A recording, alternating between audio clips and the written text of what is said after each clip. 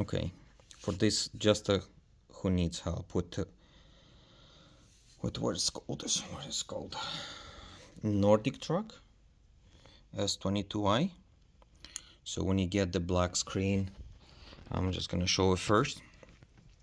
Obviously, it's gonna be useful for you to install any outlet with a switch. In my case, it's Wi-Fi, so you don't have to reach over there. But you can get any simple one with the switch from hardware store. And from that point, basically because it's on and off, the surges and everything is just not good for the bike, the way I understand. That's very poor design, the way they did it. None of my electronics in the house, and I have lots of them, doesn't do that except this product. So first, it's a control board. No screen, no rebooting, no pin. Don't even bother. I'm just gonna show you. You will find, if you look through internet, you will see some people showing exactly the same thing.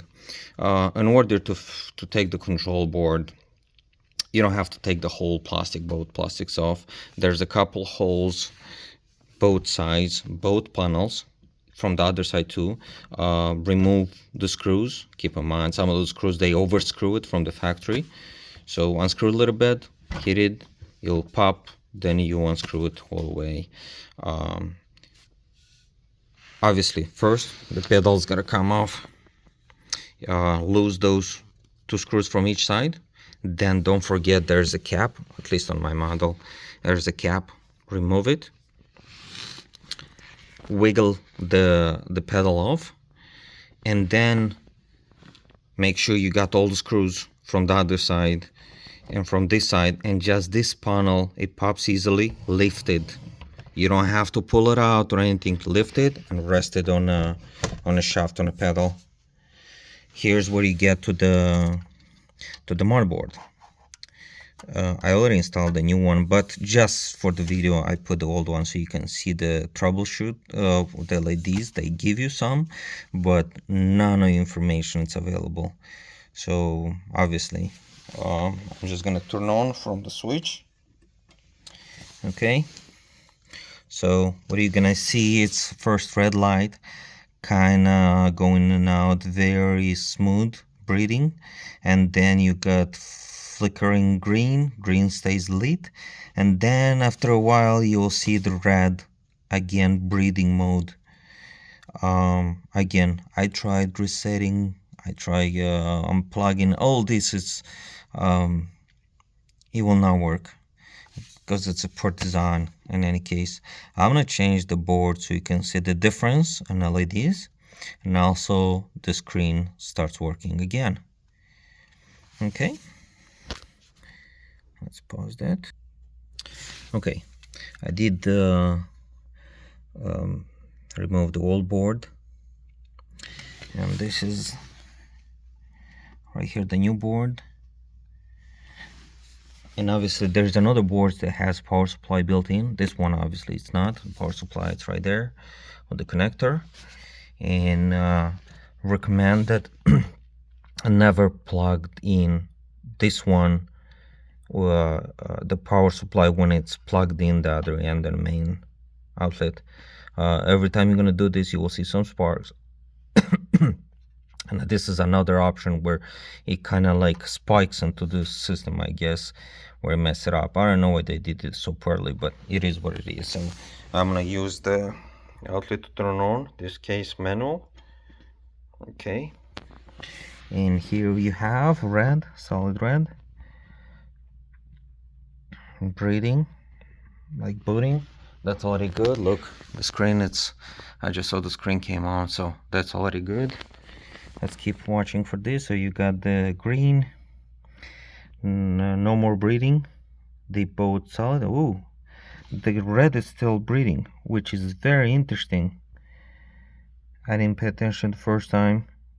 It looked like more like solid to me. Let's see, is that because of booting? Well, but now at least you have a beep, and inclining it works. Before that it didn't. How mine broke is basically Look, the green is flashing, red it's lit, which is totally different. I did disconnect the sensor just to see if what's gonna show me, and it does throw with like 25 code, like 2 excuse me, 2 and 5. So it does throw code, so it's kind of frustrating to diagnose the piece because it's like connected through the screen. You have the Wi-Fi module right there, but the rest of the touch sims, everything it's in a screen, so it's kind of like divided system. Anyway, this is where normal should be. Basically, there you go, it goes into the sleep mode. As soon as you touch it, there you go, it's alive. And how mine broke is when it was sitting a while, we didn't use it, came one day to use it, and basically it did beep. It showed some life, but the screen was black. So I was trying to, first thing what I did, I was trying to see if the screen knocked, because they show you different tricks. It doesn't work on this case because the main board is messed up, and then was unplugged, and I think this is what completely killed it, because even the screen would not work.